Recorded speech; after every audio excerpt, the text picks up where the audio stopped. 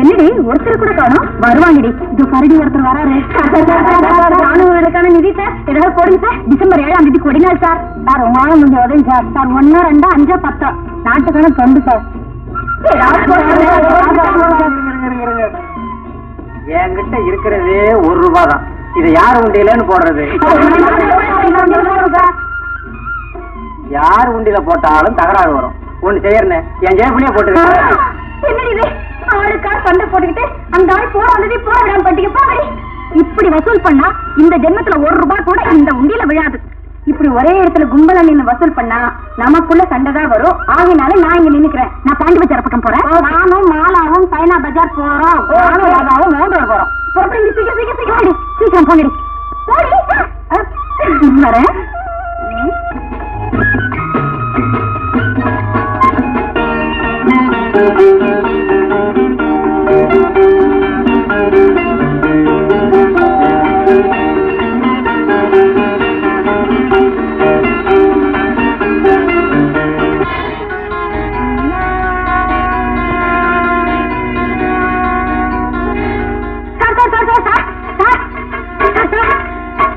வர 7ஆம் தேதி எல்லை காக்கும் ராணுவ வீரர்களுக்கு நினைவு நாள். இன்னைக்கு நாம சுதந்திரமா பாதுகாப்பா சந்தோஷமா இருக்கோம்னா அதுக்கெல்லாம் அந்த வீரர்கள் தான் சார் காரணம். அப்பேற்பட்ட வீரர்களுக்கு நம்மளான உதவி செய்வது நம்ம கடமை சார். பிளீஸ் போடுங்க சார், போடுங்க சார். மேடம், என்ன பொறுத்த வரைக்கும் ராணுவ வீரர்களுக்கு காணிக்கை செலுத்த வேண்டிய அவசியமே இல்லை. என்னது அவசியம் இல்லையா? நீங்க ஏன்டா இந்த பாரத மண்ண வந்து பிறந்தீங்களோ எனக்கு புரியல. அட நாட்டு பற்றுதான் இல்ல, அட்லீஸ்ட் ஒரு மனிதாபிமானம் கூட இல்லாம போச்சு. மேடம், என்ன சொல்றேன்னு புரிஞ்சுக்காம மிஷின் கன் மாதிரி வெடிச்சா என்ன அர்த்தம்? அவசியம் இல்லைன்னு சொன்ன பிறகு நீங்க என்னதான் சொல்லுங்களேன் சார். எப்படி சார் கேட்க முடியும்? இப்ப நீங்க என்ன சொல்றீங்க?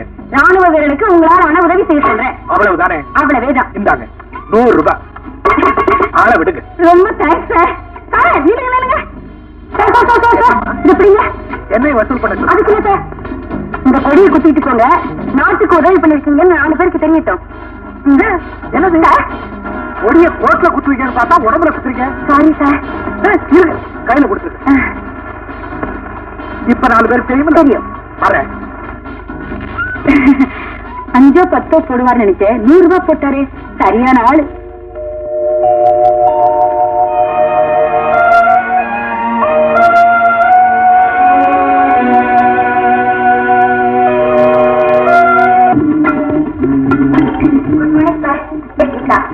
நாட்டுக்காக நம்ம ராணுவ வீரர்கள் பட கஷ்டத்தை பார்த்ததுமே நானும் தெரு தெருவா போய் சேர்க்கிறேன். ஒரு ஆள் வந்தாரு. ஆளை பார்த்தா வாட்ட சாட்டமா ஸ்ரீரங்கத்து வழக்கமாக இருந்தாரு. சூட்டையும் கோட்டையும் பார்த்தப்ப வசதியுள்ள அப்பளுக்கு பிறந்த பிள்ளை மாதிரி தான் தெரிஞ்சது. இது கேட்டப்ப அந்த மனுஷன் என்ன சொன்னா தெரியுமா? ராணுவ வீரர்களுக்கு உதவி செய்ய வேண்டியது எனக்கு கடமையும் இல்ல, அவசியம் இல்ல, கொப்பனை நிறைவேற்றினாரு. என்ன கேட்டா இந்த மாதிரி தாய்நாட்டு பத்தில தடிகளை எல்லாம் நடுத்தர நேற்று மிஷின் விட்டு தள்ள சார்.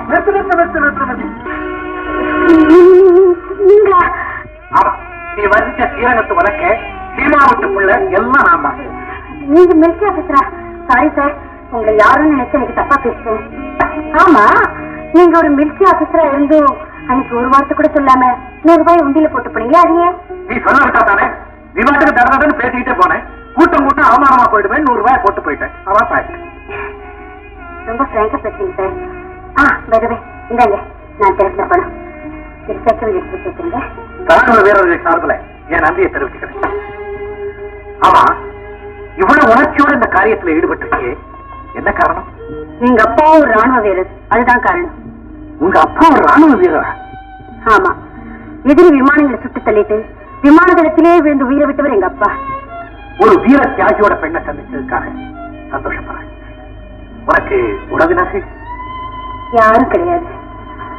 சுருக்கமா சொன்னா நான் ஒரு அனாதை. எங்க அப்பாவுடைய சேவையை கௌரவிக்கிற முறையில அரசாங்கமே செலவு ஏற்றிட்டு இருக்கு. என் சொந்த செலவுக்கு டியூஷன் கற்றுக் கொடுக்குறேன். உன் கதை ரொம்ப உருக்கமா இருக்கு. உன்னோட எதிர்காலம் சிறப்பா அமைய ஆண்டவனை பிரார்த்திக்கிறேன். என்ன உதவி வேணாலும் செய்ய காத்துக்கிட்டு இருக்கேன். தேங்க்யூ. நான் வரேன் சார். All the best. ஓம் விக்னேஸ்வராயனம். அதெல்லாம் பலமா கணக்கு எழுதுவானே. மஞ்சள் ₹10, குங்குமம் ₹2, நவதானியம் புறாவுக்கு போட வாங்கியது ₹22 10 காசு.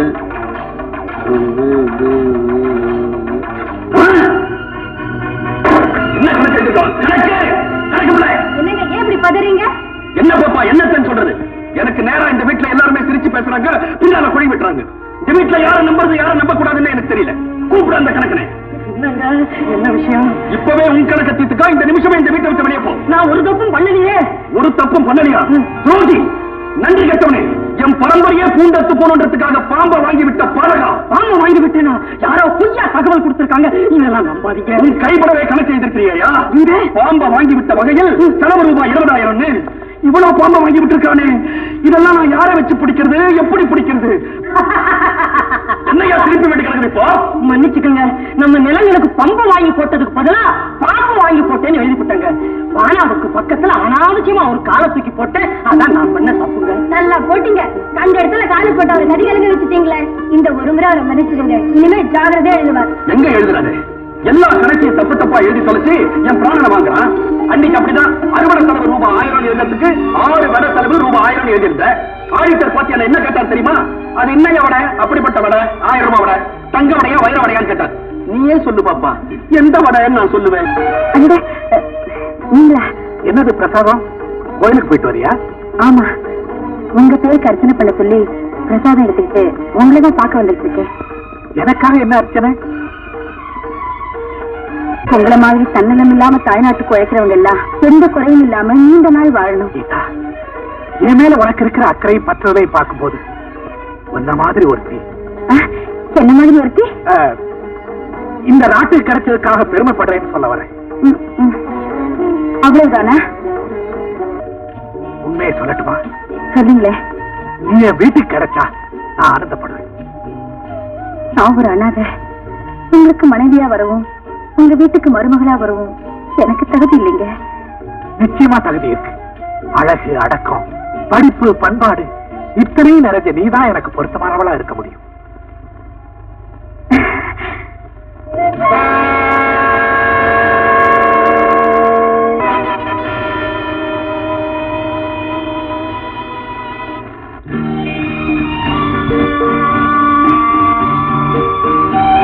எங்கிட்டு போயிட்டு வர?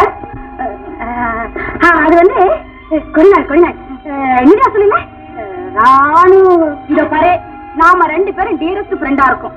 நமக்குள்ள ஒளிவு மறைவுன்னு ஒண்ணுமே கிடையாது. ஆனா கொஞ்ச நாளா நீ என்கிட்ட எதையோ மறைக்கிற. அது என்னன்னு சொல்ற வரைக்கும் உன்னை நான் விட போறதில்ல. சொல்லு.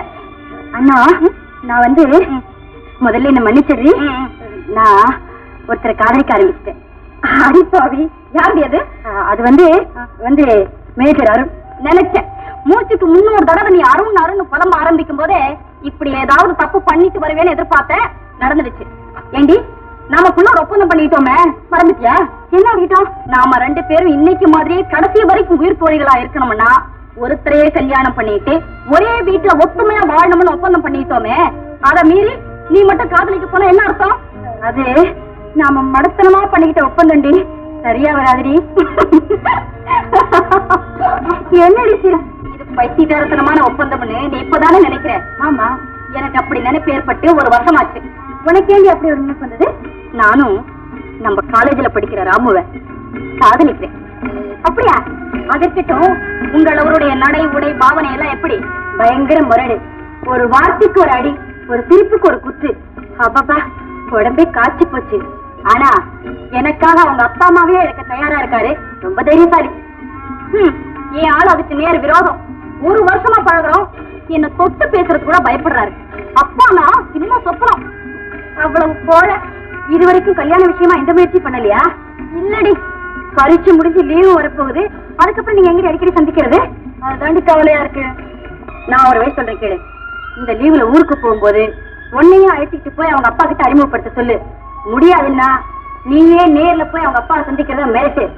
வழிக்கு வந்துருவாரு. மிரட்டி பாக்குறேன். ஹலோ அண்ணம். என்ன அண்ணம், ஏன் ஒரு மாதிரியா இருக்கு? 1 வருஷமா சந்திக்கிறோம், பேசுறோம், பிரிஞ்சிடுறோம். என்னைக்காவது நம்ம கல்யாணத்துக்கான முயற்சிகளை பண்ணோமா? அதுக்கு இப்ப என்ன அவசரம்? என்ன அவசரமா? காலேஜ் லீவ் விட போறாங்க. அதுக்கப்புறம் நம்ம எங்க சந்திக்கிறது, எப்படி பேசுறது? அதனால நீங்க ஊருக்கு போகும்போது என்னையும் கூட்டிட்டு போய் நான் தான் உங்க வருங்கால மனைவின்னு உங்க அப்பா கிட்ட அறிமுகப்படுத்துங்க. ஐயோ, எங்க அப்பா கிட்டயா? உங்க அப்பா கிட்டே தான். 1 வருஷம் பயந்து செத்துக்கிட்டு இருக்கீங்களே, ஒரு நாள் தைரியமா இருங்களேன். அண்ணா, அவர் நிமிர்ந்து என்ன ஒரு பார்வை பார்த்தாருன்னா நான் எரிஞ்சு சாம்பலே ஆயிடுவேன். பரவாயில்ல, ஒரு கோழையா இருந்து செத்து செத்து பழைக்கிறத விட ஒரு வீரனா நின்னு எரிஞ்சு சாம்பலானாலும் தப்பு இல்ல. துணைஞ்சு நீங்க இதை செய்றீங்களா இல்ல நானே செய்யட்டுமா?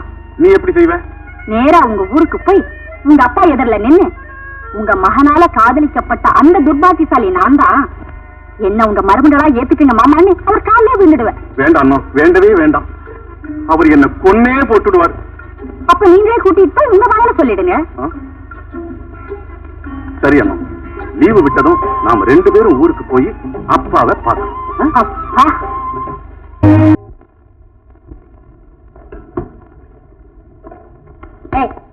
பரீட்சை முடிஞ்சு எல்லாரும் சந்தோஷமா ஊருக்கு புறப்பட்டு இருக்கோம். நீ என்னன்னா கண்ணத்துல கையை வச்சுட்டு உட்காந்துருக்கே, என்ன விஷயம்? போடி, எல்லாம் ரிசல்ட் பத்தி தான். ரிசல்ட்ட பத்தி நீ என்ன கவலைப்படுற? ராத்திரி பாலா விழுந்து விழுந்து படிச்சவ நீ. விழுந்து விழுந்து தான் படிச்சா. எதை பத்தி படிச்சா? கணக்கு புஸ்தகமா படிச்சா? ஆம்பளைங்களை எப்படி கணக்கு பண்றதுன்னு படிச்சா. சரிதான், நிறுத்தடி. இவங்க இல்லடி ஒருத்தருக்கு ஒருத்தர் இப்படி அடிச்சுக்கிறாங்க. அதுதான் வாடிக்கையாச்சே. மேற்கொண்டு நீ என்ன செய்ய போற? அதுதாண்டி எனக்கு ஒரு பெரிய கேள்விக்குறியா இருக்கு. அருண் என்ன மனைவியை ஏத்துக்க சம்மதிச்சிட்டாரு. ஆனா அவருடைய அப்பா அம்மா என்ன மருமகளை ஏத்துக்க சம்மதிக்கணுமே. சம்மதிக்கலைன்னா உன் புருஷனை கூட்டிட்டு என் வீட்டுக்கே வந்துடு. கடைசி வரைக்கும் அதையே உன் புகுந்த விட நினைச்சுக்க. ரொம்ப நன்றி அண்ணா. இந்த உலகத்துல என்னையில அன்பு காட்ட நீயும் அவரும் இருக்கீங்கன்னு நினைக்கும் போதே மனசுக்கு ரொம்ப ஆறுதலா இருக்கு. நான் பிறப்பேன். நிலைமை செட்டில் ஆனதும் லெட்டர் போடு.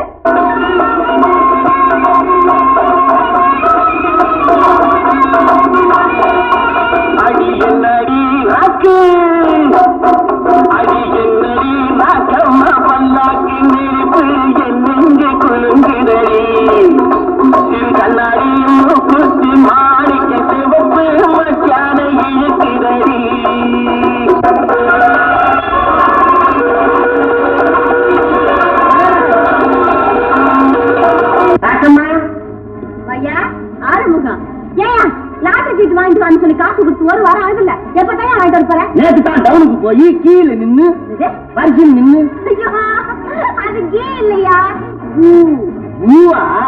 அதுல நின்று நான் 2 டிக்கெட் வாங்கிட்டு வந்தேன்.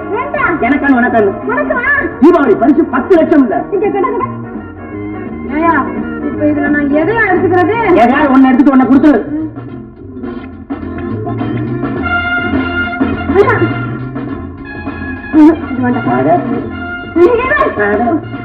ஏதாவது கொடு. அதானே? ஐயோ நாட்டு இல்ல.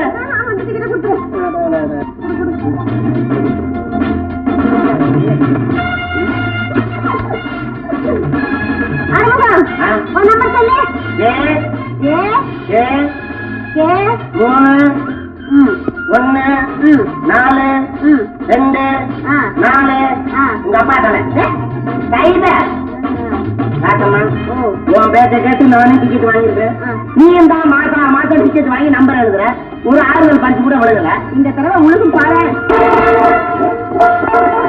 விழுந்துருச்சு. என்னையா சோறு சாப்பிட தட்டு கொடுத்துட்டு போயா? காலங்காத்தால ஒரு கனவு கண்ட. கனவா? ஆமா, அத உன்கிட்ட சொன்னாதான் எனக்கு தூக்கம் வரும். சரி சொல்லிட்டு போய் படுத்து. நடு ராத்திரி குளத்துல நீ குளிச்சுட்டு ஓடியாரு. நடு ராத்திரி நான் குளத்துல குளிச்சுட்டு வந்தேன். குளிராது? கனவு தானே. நீ ஈரத்துணோட ஓடியாந்து என்ன கட்டி பிடிச்சுக்கிட்டு ஆறுமுகம் என்ன காப்பாத்து என்ன காப்பாத்துன்னு கத்துன. உன்ன ஒரு புலி காத்திட்டு வந்தது. கனவுல தானே. உடனே நான் விடுவனா அழகா தூக்கிக்கிட்டு அம்மன் கோயிலுக்குள்ள போயிட்டேன். புலியவா?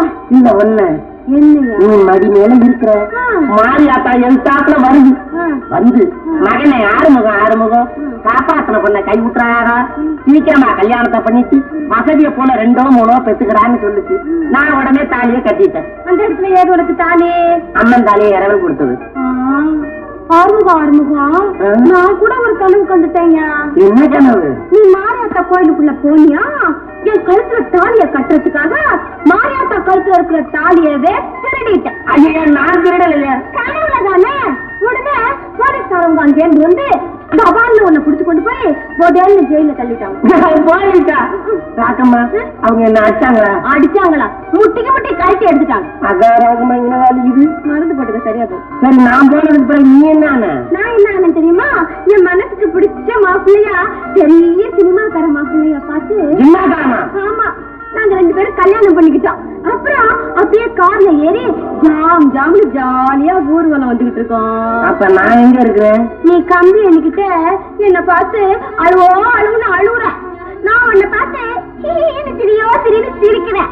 அப்புறம் எங்க அத்தான் தோல் மேல கையை போட்டுக்கிட்டு நான் என்ன பாட்டு பாடுனேன் தெரியுமா? அதையும் சொல்லிடுறேன். நீ தொட்டால் எங்கும் பொன்னாகுமே என்னே